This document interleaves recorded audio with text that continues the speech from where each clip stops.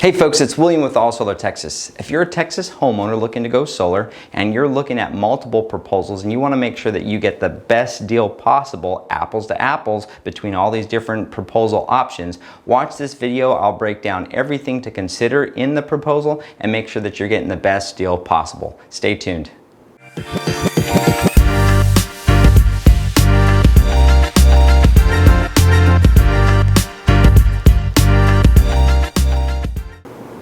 Before we dive in, please make sure to hit that subscribe button and don't forget to tap on that notification bell. That really helps us out get in front of more Texas customers to help protect more people and help more people with all of the misinformation that we see going on in the solar industry, specifically here in Texas. So that really helps us out.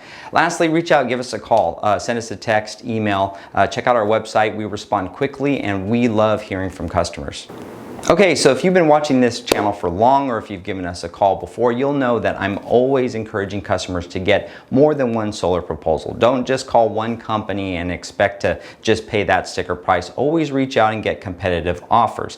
Now, the problem with that is that now you have 2 or 3 or more proposals, but you don't really understand what are the differences here. Most customers will typically look at just the solar price. They'll take a look and just compare price tags between these proposals. And that's not necessarily the best way to look at it because oftentimes these proposals include different assumptions, different factors and different things that you should consider to make sure that you're getting an apples to apples comparison and not just looking at the price tag. Now, there are 4 key things to keep in mind when comparing solar quotes. Number 1, system size. Now, not all solar panels are the same. Some have different wattages and some have different production values. So don't just look at comparative proposals and say, well, this one has 28 solar modules, this one has 28, and this one has 28. Or don't just get the one solar proposal and then call us or someone else and say, just give me a proposal for 28 panels. You're not necessarily going to get an apples to apples comparison because those solar modules can be different.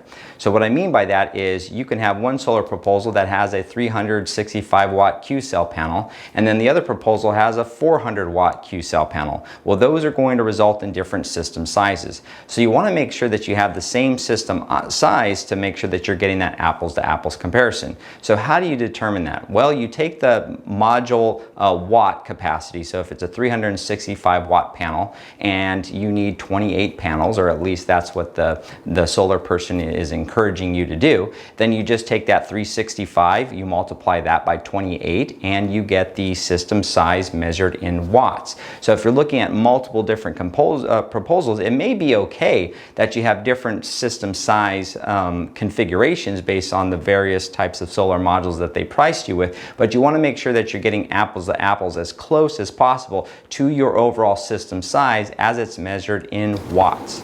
Number 2, solar system production. This is probably the trickiest part of this whole solar proposal comparison model here. So solar production is measured in kilowatt hours. As we measured solar system size in kilowatts, in solar system production, we measure that in kilowatt hours. Typically, proposals will take a 12-month or 1-year forecasted projection of what they think that your system will produce in kilowatt hours. And then they compare that to your baseline of the last 12 months of your electric consumption, and that gives you your percentage of what is your offset. Are you offset at 90% of your baseline electric consumption through this solar system production estimate, or 100% or 105 or greater? Now, the problem with this is this. You could be looking at 2 very similar proposals and they'll have very different solar production values or estimates for that annual expected production. Now, why is that? It all comes down to what are the assumptions that go into that proposal. If I wanted to make sure that I was very clear and honest with the customer, I'm going to use the best estimates possible, and I'm going to use conservative estimates because these are estimates after all, and they're based on all different types of things, like what is the assumed tilt of your roof, or what is the assumed shade values of all the different components and things around your house that could be casting shade and limiting or even maximizing, if there's lack of shade, the production of that solar system. So when you're comparing 2 different proposals, make sure that you're asking those types of questions. What assumptions are you using in my production values? Are you assuming a certain amount of shade per array? If so, what is that percentage of shade that you think those panels are going to get? Because ultimately that's going to translate to actual production that you see or actual production that you don't see once that solar system is installed. You're also going to look at other things like what are the different ratings of those panels, what are the warranties of those panels. All of those different things will provide you with more accurate information as it pertains to your production value, because many panels, especially from a warranty perspective, they'll degrade at different rates. And so if you have two different proposals with two different types of solar panels, they may have underestimated the amount of shade you get, or underestimated the amount of degradation that those solar panels are going to provide you, or even underestimated the tilt on your roof. All of those things are factors into your production. Now, solar panel production and these annual production estimates is often where things can get a little bit tricky, and it's often where different solar companies, depending upon who you're dealing with, can hide the numbers or can make things look better than they actually are. So how is it that they do that? Well, every solar system from a design perspective has certain assumptions. We assume, well, what direction is the azimuth for this solar array? What types of shade values do we need to factor in? Are you getting shade from a tree? Are you getting shade from some kind of peak or awning on your roof? Or are you getting shade from just where the panels are facing the sun, and there's some other structures like a two-story house that's right next to you, as well as the degree of the tilt of that solar array on your roof. Now, if solar companies want to go in and just get you to sign on that dotted line, they can really funny those numbers to make it look like you're getting much more production than you're actually going to see.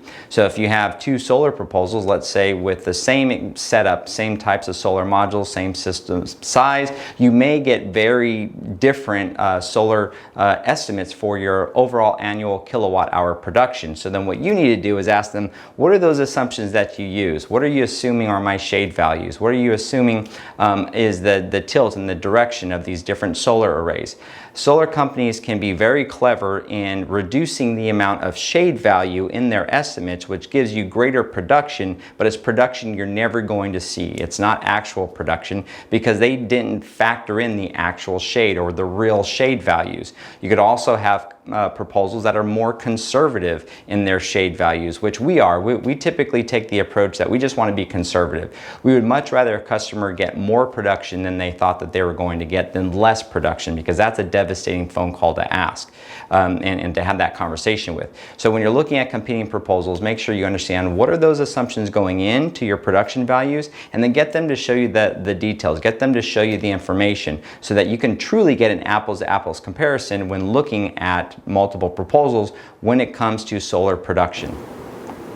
The third thing to look into is warranties. Now, all solar companies will market warranties differently, and there's different aspects to warranties that you can consider. You can consider manufacturer warranties on your solar modules, or the manufacturer warranties on some of the other components like your inverters or even your batteries if you choose to do that. Also, there's warranties with labor and with craftsmanship. So warranties are a very complex issue. I have a whole video that I've done, which I'll link below if you want to kind of understand a little bit more about how warranties work and what to look out for.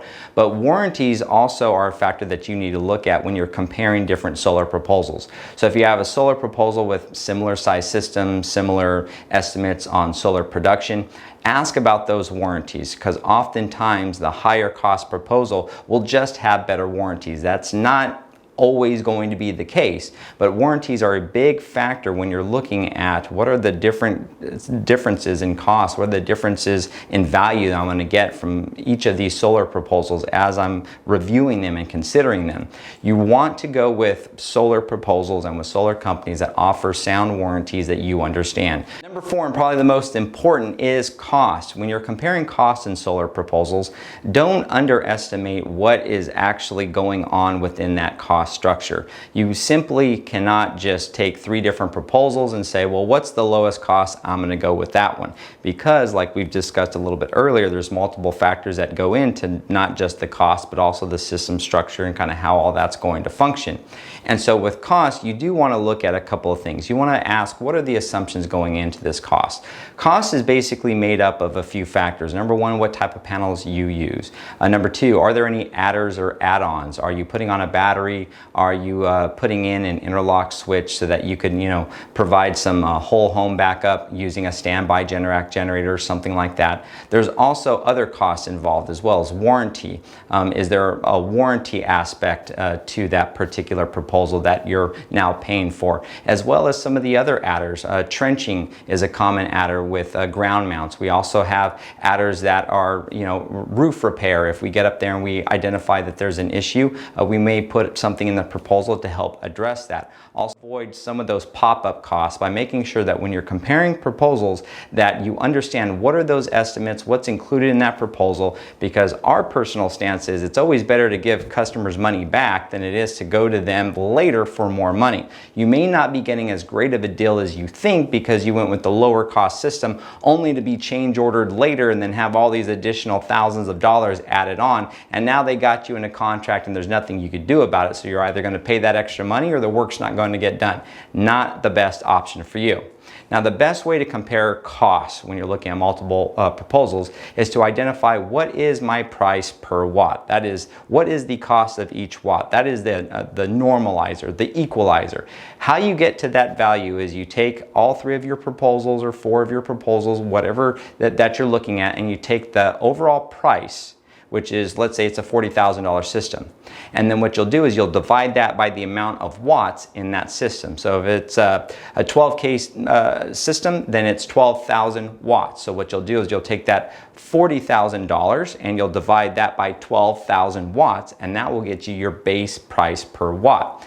Having things boiled down to a base price per watt allows you to more accurately compare quotes. So you could have a much higher base price per watt on a different system that may be giving you less value overall, or it could be that they just put more things in there, and then you need to understand, is what's included in that base price per watt something that I accept, something that I'm supportive of? Don't just sign on the dotted line because someone came to your door. Make sure that you're reaching out, that you're consulting a friend that may have gone solar before, get some of their experience, as well as giving someone like us a call so that we can help wade you through your different options and make sure that you get the best deal and that you meet your energy goals. Thank you so much for checking out the channel, and God bless.